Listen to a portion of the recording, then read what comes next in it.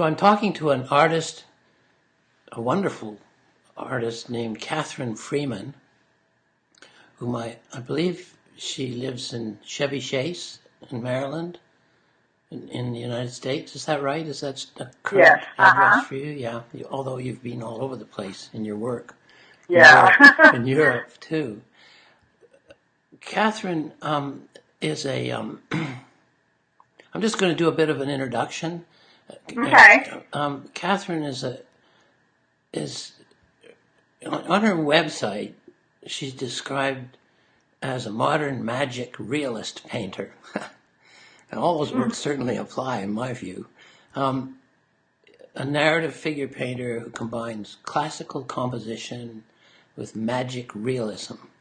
And I know just from looking at her work, just online, if I can only imagine what it would be like if I were standing in front of it. It would just be multiplied by factors of 10 or more. But it's really, I guess, mesmerizing, or it just gets hold of me, and I want to stay there and just be there with it. Exquisitely detailed mythological stories. It seemed to me this is my own. This is what I get.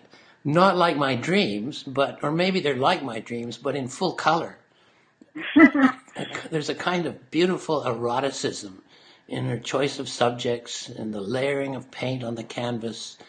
In some way, I almost feel as if it's my own being that's being stroked. Looking at what I've seen of her work just there online, these are, I would call them stories from my dreams. If I could get into my dreams and figure out their stories. And I'm sure this only captures maybe even a tiny fraction of what she's actually said. Kathryn, could you tell me, how did you get into this work? What got you started? Where did you start with this painting that you do? Well, I guess, I mean, storytelling, actually, what you just said is so beautiful. So I don't know what to say. I'm awestruck. But it's, I've always loved stories, and I think growing up, I lived sort of in the country, in the woods, and I spent a lot of time alone, and as a child, probably more than, a lot of kids do, this day and age. But, and I always, came up with stories and sort of acted out things, and when I had friends, we told stories and acted them out. And I think when I was younger, I was really torn between writing stories and novels or painting them. But I was just so drawn to painting. I had an uncle who was a painter, landscape painter, Robert Jordan, and he was a big influence on me growing up. But when I originally went to college, I started out majoring in economics, strangely enough. Wow. And then, my father was an economist, and I just kept thinking I grew up with three brothers, and I just kept thinking, oh, gosh, you probably need to do something practical. So I started out doing that.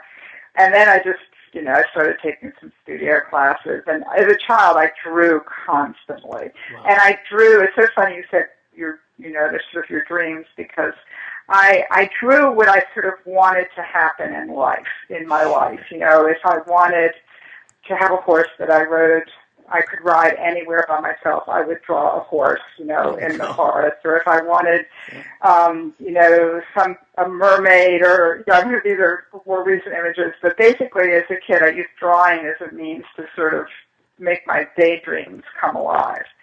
So I think, even though so that was, my childhood, and then even though I went sort of in another direction for a while, thinking I needed to do something more practical, I was always drawn back to storytelling and imagery. So I think, and eventually I started studying art formally, and that sort of went from there, I guess. But it's storytelling.